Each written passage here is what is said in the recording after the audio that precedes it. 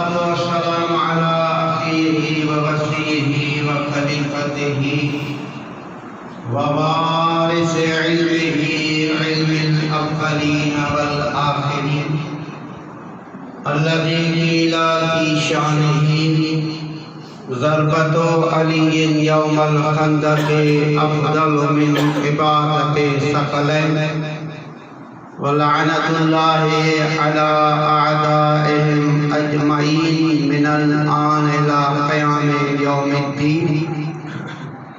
أما بعد فقال الله سبحانه وتعالى في محكم كتابه المجيد والفرقان الحميد وقوله الحق بسم الله الرحمن الرحيم وجعلناهم أئمة يهدون بأمرنا وأوحينا إليهم فعل الخيرات إقام الصلاة وإيتاء الزكاة وكانوا لنا عابدين.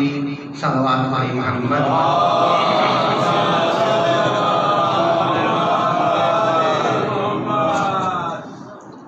مومنین کی تعداد کثیر ہے، آپ سب مل کر ایک ساتھ بلند آواز سے صلوات پڑھیں.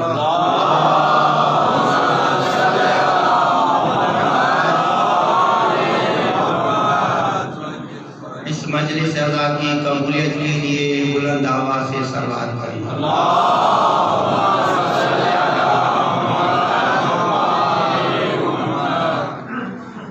بانی فرش اعلیٰ ملک شاہ صاحب کی جو حاجات ہیں ان کی حاجات روائی کے لیے بھی بلند آواز سے صلوات پڑھیں.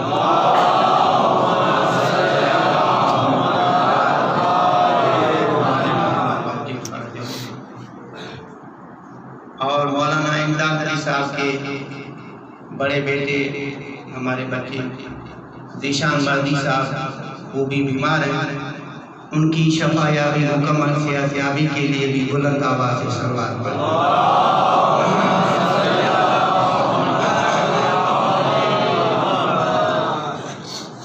مومنین کرام، قادر احترام، آج کی مجلس بسلسلہ شہادت امام دوم سلسلہ عصمت کی چوتھی کڑی، سلسلہ امامت کی دوسری کڑی، سیدوں کے سردار، جوانان جنت کے سردار، حسین علیہ السلام کے برادر، خاتون جنت کے لخت جگر، علی المرتضیٰ کے نائب، رسول خدا کے نواسے حضرت امام حسن مجتبی علیہ السلام. صلوات پڑھیں محمد.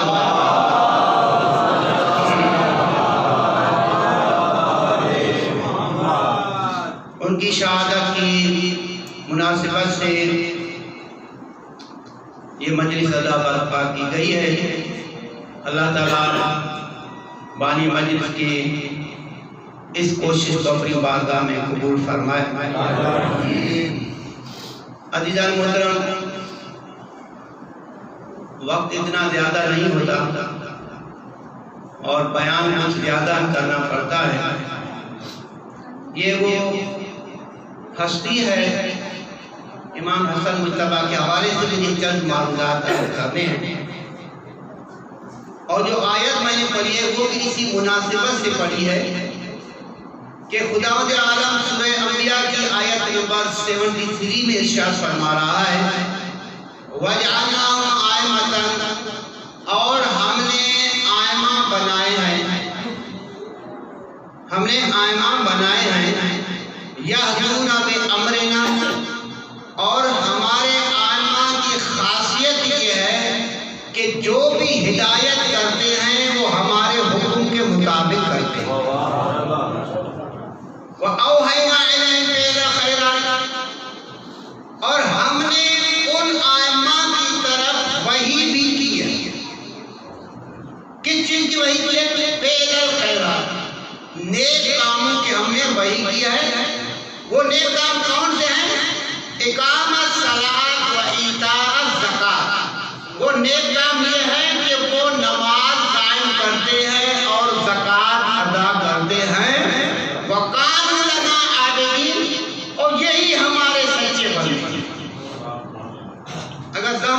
تھوڑا آگے آ جائے تو بہتر ہوگا. محمد علی محمد بلند تر صلوات اللہم صلی علی محمد آلِ محمد. جزاک اللہ تعالیٰ آپ کا یہ آنا بارگاہ میں قبول فرمائے. بلند آواز سے صلوات پڑھیے.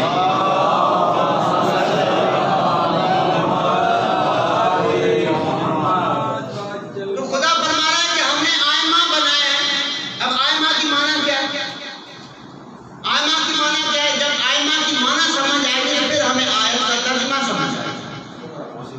آئمہ یعنی آئمہ کی واحد ہے امام،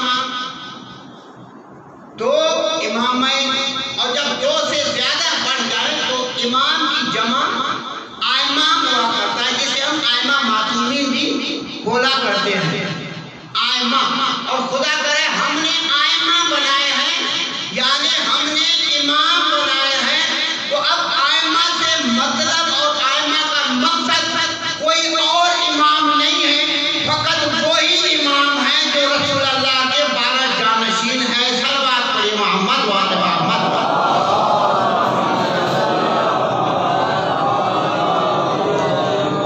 آپ بیدار ہیں؟ آپ آج میری طرف.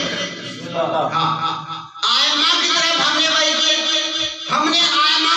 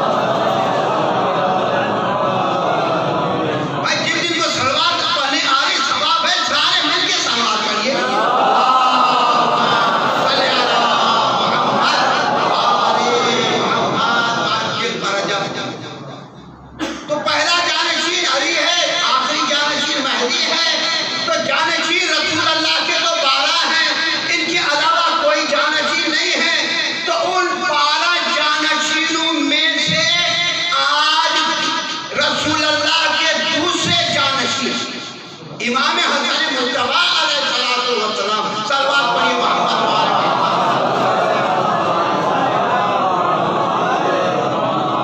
اب امام حسن مجتبی کون ہے؟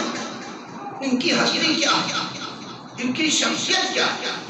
اللہ نے یہ امام کا نام نہ جناب سیدہ نے رکھا ہے حسن، نہ علی المرتضیٰ نے رکھا ہے حسن، نہ رسول خدا نے نام رکھا ہے حسن۔ یہ نام رکھا تو کس نے رکھا ہے کہ جب امام آئے تو جناب سیدہ نے فرمایا اس کا نام رکھا ہے، کہا علی رکھے گی، علی نے فرمایا رسول اللہ رکھیں گے، رسول اللہ نے کہا میں اللہ پہ سبقت نہیں کرتا، اس کا نام اللہ رکھے گا۔ تو اللہ کی جانب سے وحی آئی کہ اس بچے کا نام حسن رکھو، توجہ ہے، اس بچے کا نام حسن رکھو۔ تو اب حسن کی معنی کیا؟ حسن کی معنی ہے حسین، حسن کی معنی ہے خوبصورت، بے مثال۔ اور یہ حسن عربی زبان میں صفت مشبہ ہے۔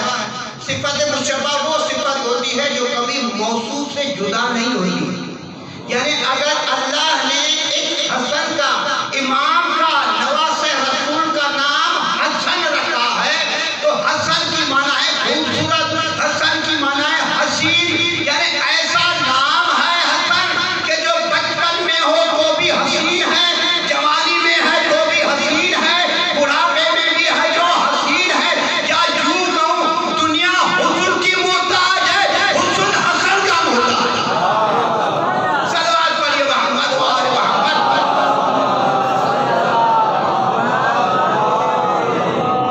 تو پہلی خاصیت ہے حسنی، ایسی صفت ہے، کوئی ایسا نام ہے جو آدم سے لے کر خاتم تک کسی کا یہ نام نہیں ہے، اور یہ نام خدا نے اپنے خزانہ قدرت میں پوشیدہ کر کے رکھا ہے۔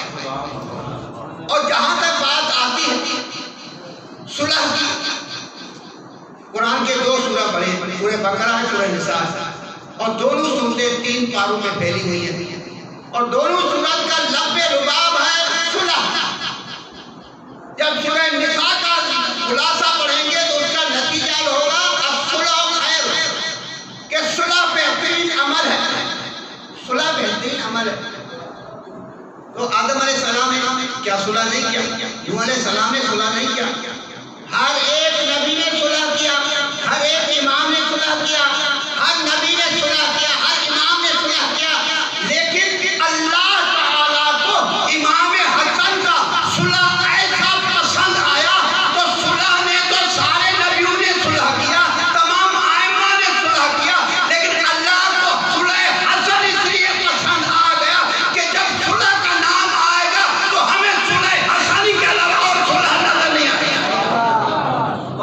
صلح حسن محمد بلند تر صلوات۔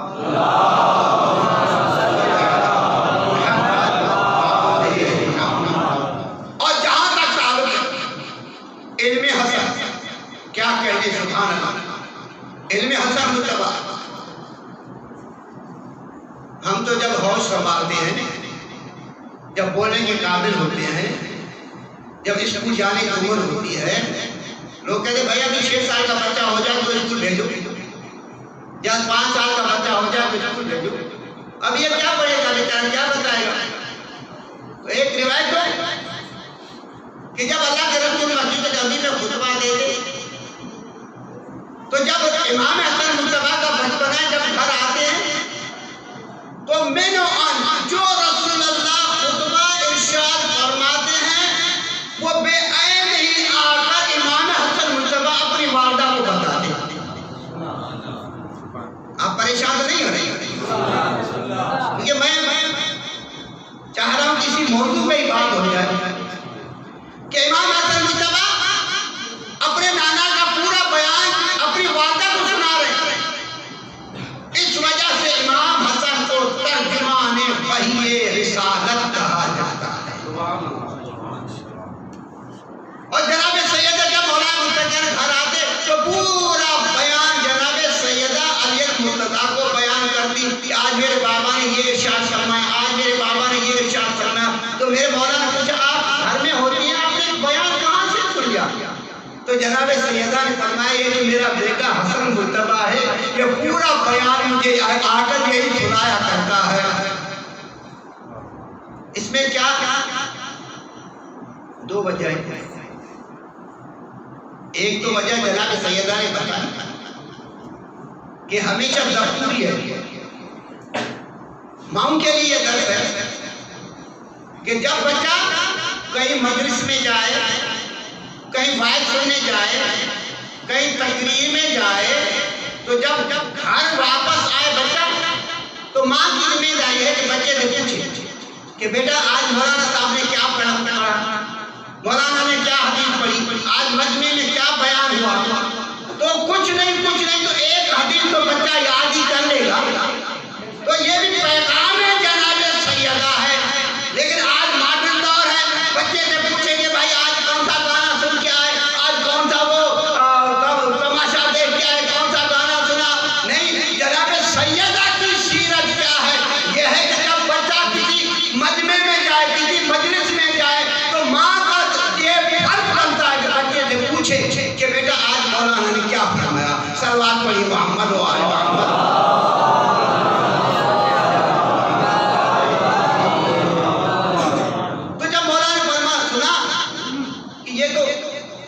امام حسن مجتبیٰ بتاتے تو اس وقت میرے مولانا نے فرمایا آج میں پردے کے پیچھے چھپ کے بیٹھتا ہوں، اب دیکھتا ہوں کہ میرا بیٹا وہی رسالت کس طرح بیان کر رہا ہے۔ اب بچہ امام حسن مجتبیٰ بیٹھے بیان کر رہے ہیں، آپ میرے نانا نے یہ فرمایا، میرے نانا نے یہ فرمایا، تو اس وقت بیان کرنے میں کچھ لکنت آ رہی ہے، زبان میں وہ روانگی نہیں ہے۔ جب لکنت آنے لگی تو امام حسن مجتبیٰ والدہ سے کہنے لگے مجھے لکنت آ رہی ہے، لگ رہا ہے کہ پردے کے پیچھے میرا سردار سن رہا ہے۔ صلوات پڑھیے محمد و آل محمد۔ یہ ترجمانے والے روایت میں کہ جب اللہ کے رسول مسجد نبوی بیٹھے، امام حسن مجتبیٰ اپنے نانا کے دہن پہ بیٹھے، ایک بہت باروب شخصیت آئی، رسول اللہ کو سلام کیا اور کہا یا رسول اللہ مجھے کچھ سوال پوچھنے، کہا میرے اس بیٹے سے پوچھنے۔ اب دہن پہ بیٹھنے والا بچہ 3-4 سال کا ہوتا، لیکن سلام ہو اس آنے والے پر کہ جس کو اتنا یقین ہے کہ جب رسول اللہ کہہ رہے ہیں ان سے پوچھو، اس کا مطلب ہے کہ اسے آگاہ ہوگا۔ لیکن اگر کوئی عام ہوتا تو پہلے بھی سوال یہ کرتا یا رسول اللہ سے اس بچے کو کیا آئے گا، لیکن آنے والے نے اس بچے کو لے گئے، سارے سوال پوچھے، واپس آئے، کہنے لگے یا رسول اللہ میں جا رہا ہوں۔ کہا مسئلے حل ہو گئے؟ جواب سن لیے؟ کہا ہاں۔ مطمئن ہو گئے؟ کہا ہاں۔ تو چل پڑے۔ تو سارے لوگ بیٹھے ہوئے سب حیران ہیں، اللہ کے رسول پوچھ لے یا رسول اللہ یہ آنے والا کون تھا؟ اتنا نورانی تھا، 60-70 سال کا بزرگ تھا، یہ کون ہے آنے والا؟ تو اللہ کے رسول نے فرمایا یہ آنے والا کوئی اور نہیں ہے، یہ آنے والا استاد موسیٰ حضرت خضر نبی علیہ السلام ہے کہ جو حسن مجتبیٰ کے پاس پڑھنے آیا ہے، سوال پوچھنے آیا ہے۔ تو یہی جو آج اصحاب میں فرق ہے، اصحاب وہ جو پہچان بھی نہ سکے، آج وہ جو پہچان کے پڑھا بھی روانہ کر دے، یا یوں کہا جائے جس ہستی کو موسیٰ کا استاد کہتے ہیں اسے خضر نبی کہا جاتا ہے، جو خضر نبی کا استاد اسے حسن مجتبیٰ کہا جاتا ہے۔ صلوات پڑھیے محمد و آل محمد۔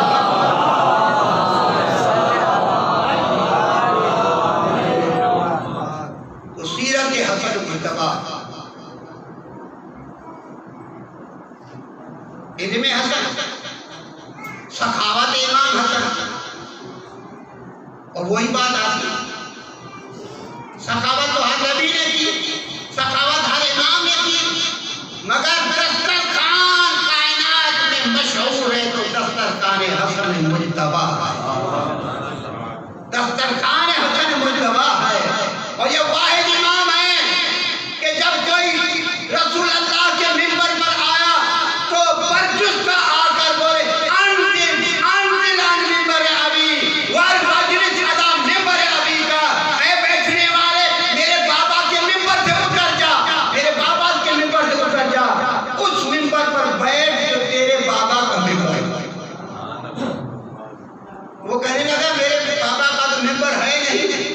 امام حسن مجتبی نے ان کی زبانی ان سے یہ بات کہلوا دی کہ ممبر ہمارے نہیں ہوتے، ممبر اماموں کے ہوا کرتے ہیں، اور یہ بھی اعتراف کیا کہ میں ممبر رسول پر بیٹھا ہوں، میرا حق نہیں ہے بلکہ میں قسم کر کے بیٹھا ہوں، جو قسم کرتا ہے وہ کبھی خلیفہ پر حق نہیں بن سکتا۔ صلوات پڑھیے محمد و آل محمد پر۔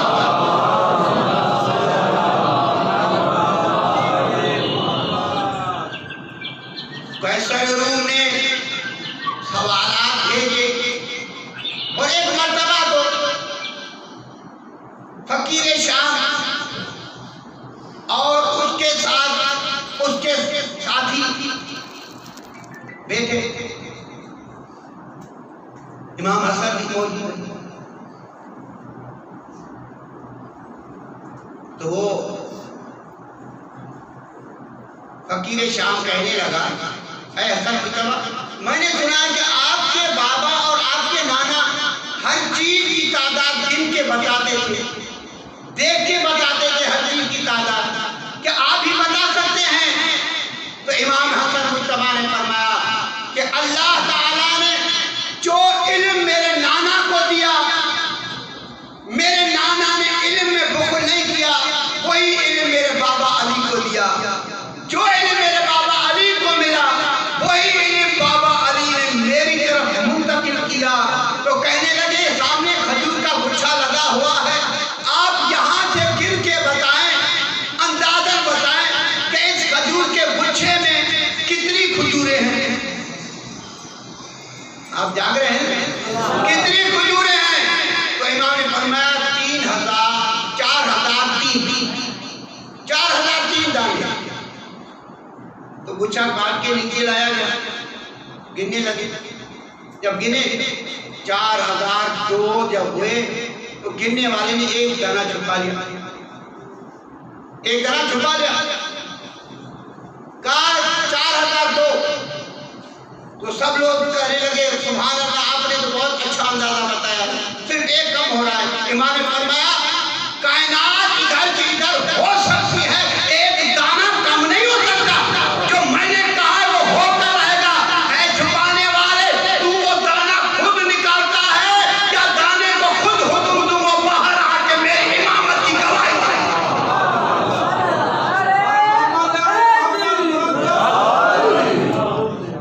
امام نے فرمایا جو میں نے کہا ہے وہ ہو کے رہے گا، یہ نہ بولو کہ دو برابری ہو جاؤں گا، میں نے جب کہا ہے کہ 4003 دانے ہیں تو ہونے چاہیے۔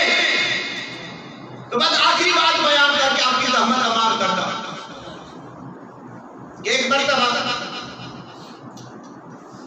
آدھی رات کو امام حسن مجتبی مدینے سے باہر نکلے، تھوڑا آگے پہاڑ کے قریب گئے تو دیکھا کہ شخص ہے کہ جس کے ہاتھ میں تیر و کمان ہے، اور وہ ایسے پکڑ کے نشانہ دے رہا ہے، اور وہ شخص جو تھا وہ عالم فلکیات ہے، وہ جو ستاروں کی چال کو جانتا ہے۔ تو اب وہ تیر چلانے والا ہی تھا، امام حسن نے پیچھے سے پکڑ لیا۔ جب اس نے مڑ کے دیکھا امام حسن، کہنے لگے مولا میرے ساتھ ظلم اور میری 100 سال کی محنت ضائع ہو گئی۔ کہا کیا مسئلہ ہے؟ کہا میں عالم فلکیات ہوں، میں ستاروں کی چالوں کو جانتا ہوں، اور میرے علم کے مطابق 2 ستارے ایسے ہیں جو 100 سال کے بعد جب 2 ستارے آپس میں ملتے ہیں تو تیر جس بھی شے پر مارا جائے تو وہ شے سونے کی ہو جاتی ہے۔ تو میں سونا بنانا چاہ رہا تھا، میں دیکھ رہا تھا ستارے ملے تو میں پہاڑ پہ تیر مارتا تو سارا پہاڑ سونا ہو جاتا اور میری زندگی بن جاتی، میری نسلیں سنور جاتی۔ اے مولا آپ نے میری محنت پہ پانی پھیر دیا، اب دوبارہ پتہ نہیں 100 سال زندگی ملے یا نہ ملے، یہ پتہ نہیں ہے، پر اب میری محنت ضائع ہو گئی 100 سال کی۔ بات سمجھ آ رہی نہیں آ رہی؟ 100 سال کی محنت ضائع ہو گئی۔ تو جب امام نے ان کی اتنی حالت دیکھی تو امام نے مسکرا کر فرمایا لاؤ تیر کا من مجھے۔ امام نے تیر کمان لیا. اب امام حسن مجتبی نے تیر کمان ہاتھ میں لیا. اب جیسے ہی تیر کمان میں جوڑا تو جو ستارے 100 سال کے بعد ملنے تھے وہ اس وقت ستارے آپس میں ملنا شروع ہو گئے. جو 100 سال کے بعد ملنا تھے وہ اس وقت ستارے آپس میں ملنا شروع ہو گئے. جب اتنا قریب ہے, تھوڑا نزدیک ہے, امام نے وہ تیر کمان پھینک دیا. وہ کہنے لگا مولا چلائیے, جلدی چلائیے, پھر یہ ستارے واپس چلے جائیں گے. تو امام نے پھر کمان میں تیر جوڑا.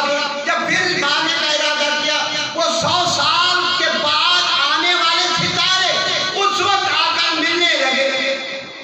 پھر کہنے لگا مولا جلدی مارے. امام نے پھر پھینک دیا.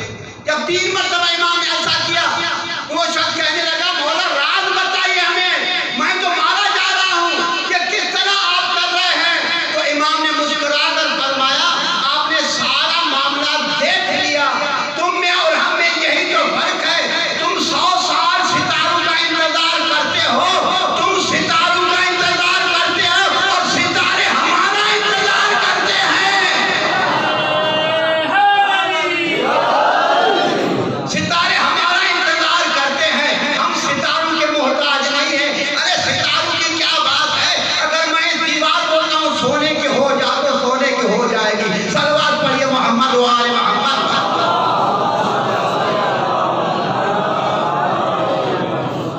اور جہاں تک عبادت حسنی کا تعلق ہے, ہمارے 5 امام مولا امام محمد باقر علیہ السلام.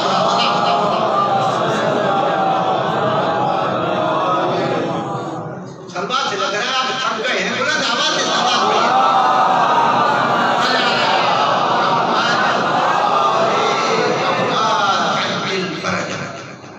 تو 5 امام نے فرمایا کہ دنیا میں زاہد ترین شخص جو ہے وہ حسن مجتبی ہے, عابد ترین شخص ہے وہ حسن مجتبی ہے, متقی ترین شخصیت جو ہے وہ حسن مجتبی ہے.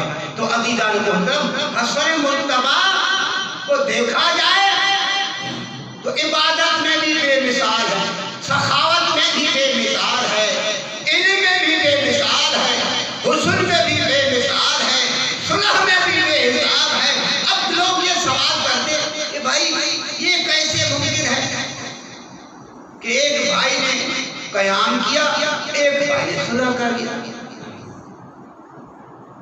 کچھ لوگ ایسے نا سمجھ ہوتے ہیں کہ جو صلح امام کے احترام بھی کرتے ہیں معذرت, لیکن ان کو معلوم نہیں ہے کہ امام وقت جو کچھ کرتے ہیں وہ خدا کی مصلحت ہوتی ہے. ابھی جو میں نے آیت پڑھی کہ وہ ہمارے حکم کے مطابق ہدایت کرتے ہیں, ہم نے ان کی تربیت کی ہے. تو نے کہا کہ امام حسن نے صلح, امام حسین نے جنگ کی, یہ کیسے ممکن ہے, اس طرح نہیں ہونا چاہیے معذرت. تو انہیں یہ سوچنا چاہیے کہ امامت میں کبھی تضاد نہیں ہوتا, امامت میں کبھی تضاد نہیں ہوتا. اسی لیے کہ جب اللہ کے رسول مدینہ کی گلیوں میں مسجد نبی کے باہر امام حسن مجتبی امام حسین کو کاندھوں پر بٹھایا, دائیں کاندھے پر حسن, بائیں کاندھے پر حسین ہے, اور دونوں کے حوالے اپنے زلفے کی. جب بچوں نے کہا ہماری سواری میں لگام نہیں ہے, تو زلف کا ایک حصہ ادھر پکڑایا, ایک حصہ امام حسین پر پکڑایا. تو لوگوں نے کہا اے رسول اللہ, میری طرف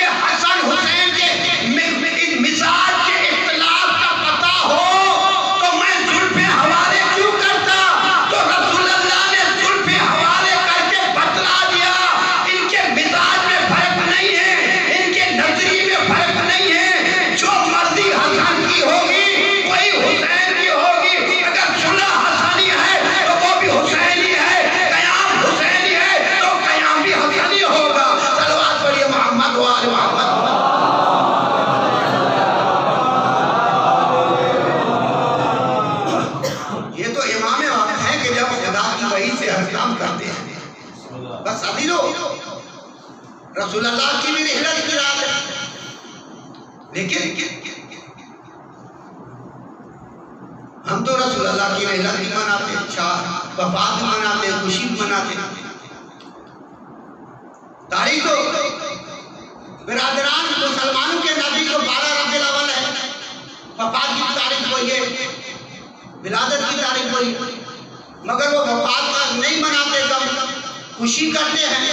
تو ہمیں جب دستور ہے کہ غم خوشی پہ غالب آتا ہے، جب غم ہو تو خوشی نہیں کی جاتی۔ تو بس آج کی وہ رات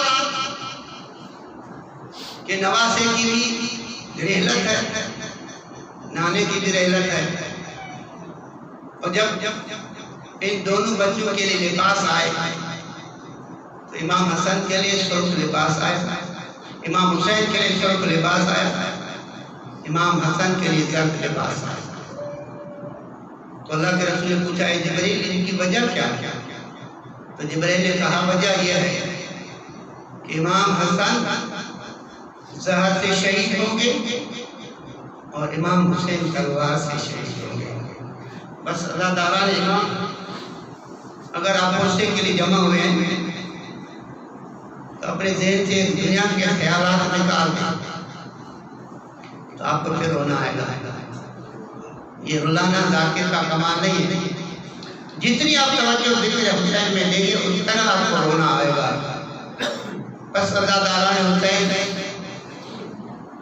سلام ہو فاطمہ زہرا پر، سلام ہو فاطمہ زہرا پر، کبھی جلتا دروازہ دیکھ، کبھی مسلمانوں کے ستم دیکھے، لیکن اس سے بڑھ کر سلام ہو اسی حسین کی بہن زینب پر۔ ہاں اللہ تعالیٰ نے حسین کون زینب ہے کہ جس نے اپنے آنکھوں کے سامنے زہرا کے پہلو پر دروازہ گرتا دیکھا، اپنے آنکھوں کے سامنے زہرا کا پہلو شکستہ دیکھا، جس نے محسن کو شہید ہوتے دیکھا۔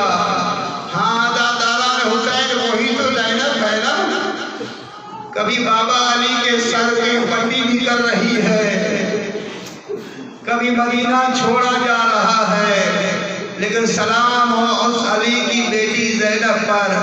بس اللہ تعالیٰ نے حسین، یہ وہ مظلوم امام حسن ہے کہ تاریخ نے لکھا کہ جب میرے مولا کو زہر ملا، اور یہ بھی بیان ہے امام حسن مجتبیٰ اپنے نانا رسول کی طرف ہمیشہ روزہ رکھا کرتے تھے۔ جب روزے کے افطار کا ٹائم آیا، جب مولا نے وہ پانی پیا تو اس پانی میں ایسا خطرناک زہر تھا کہ جب مولا نے پانی پیا مولا کے جسم میں گرماش ہونے لگی، جگر کے ٹکڑے کٹ کر کے باہر آنے لگے۔ ایک مرتبہ کہا میری بہن زینب کو بلا، ارے زینب کی مصیبتیں کب ختم ہوگی، زینب کے مسائل کب ختم ہوں گے۔ جناب زینب آئی، سامنے رکھا ہے، جگر کے ٹکڑے کٹ کر کے باہر آ رہے ہیں۔ اس کے تھوڑی دیر بعد امام حسن نے کہا میرے بھیا حسین کو تو بلاؤ۔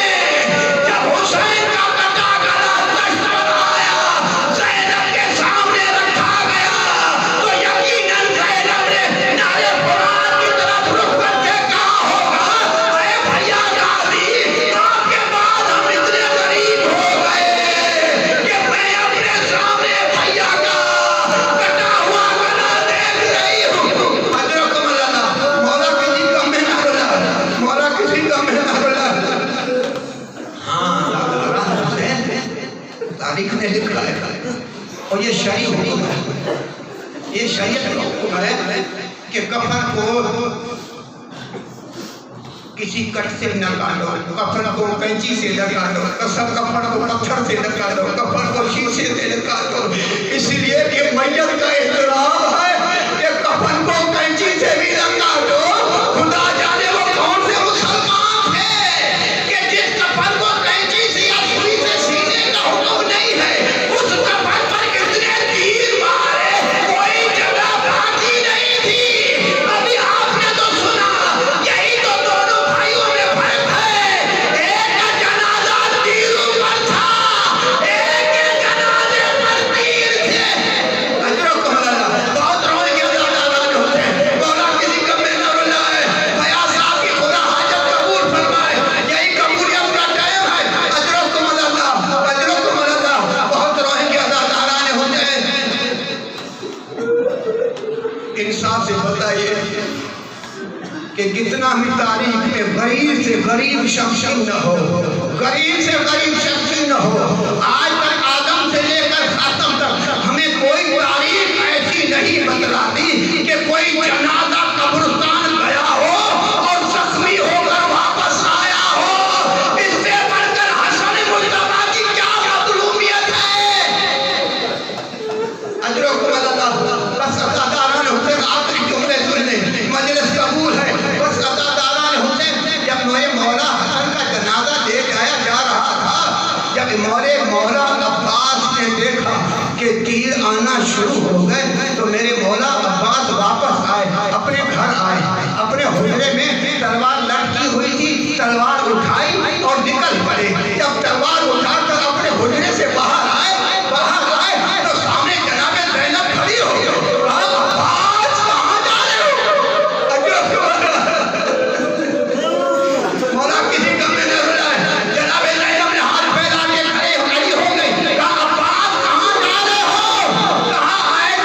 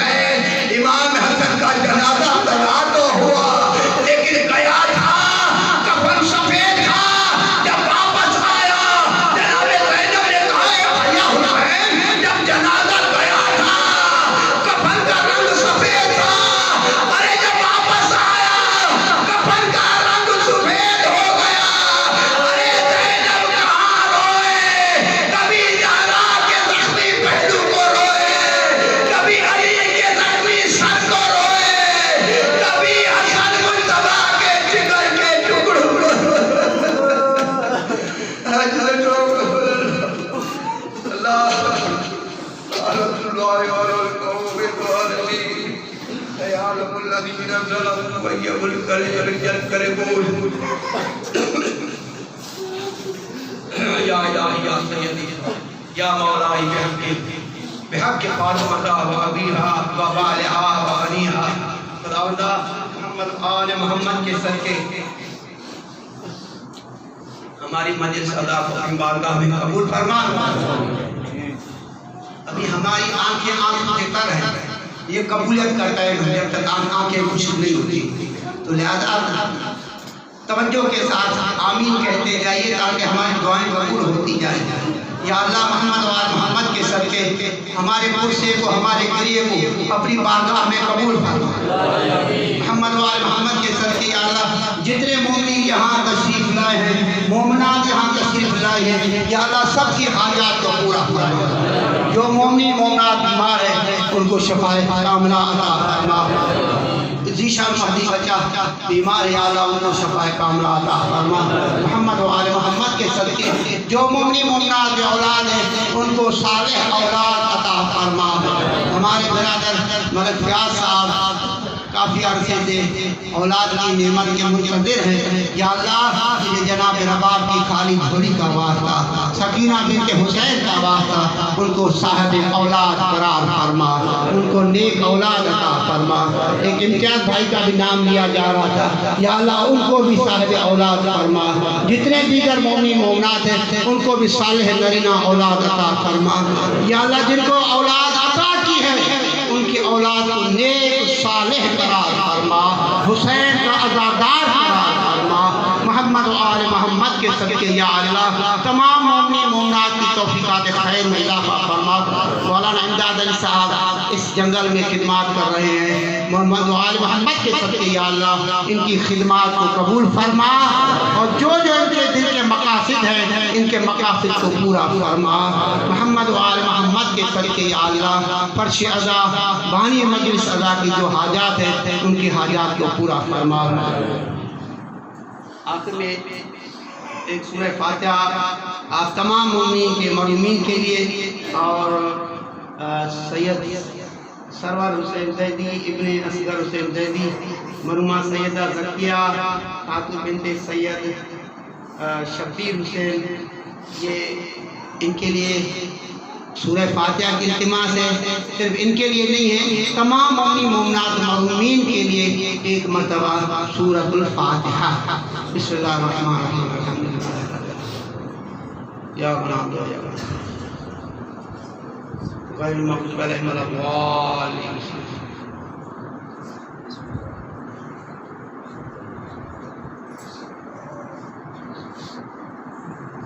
اللهم اغفر للمؤمنين والمؤمنات والمسلمين والمسلمات الاحياء منهم والاموات, تابع بيننا وبينهم الخيرات, انك مجيب الدعوات, انك على كل شيء قدير برحمتك يا ارحم الراحمين.